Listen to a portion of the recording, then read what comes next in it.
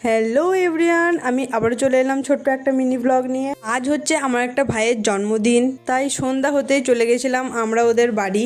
ও যেখানে cake cutting করবে সেই জায়গাটা ডেকোরেশন করার দায়িত্ব ছিল আমাদের ওপরে। প্রথমে তো আমরা কিছুই ভেবে পাচ্ছিলাম না যে কি করে জায়গাটা সাজাবো।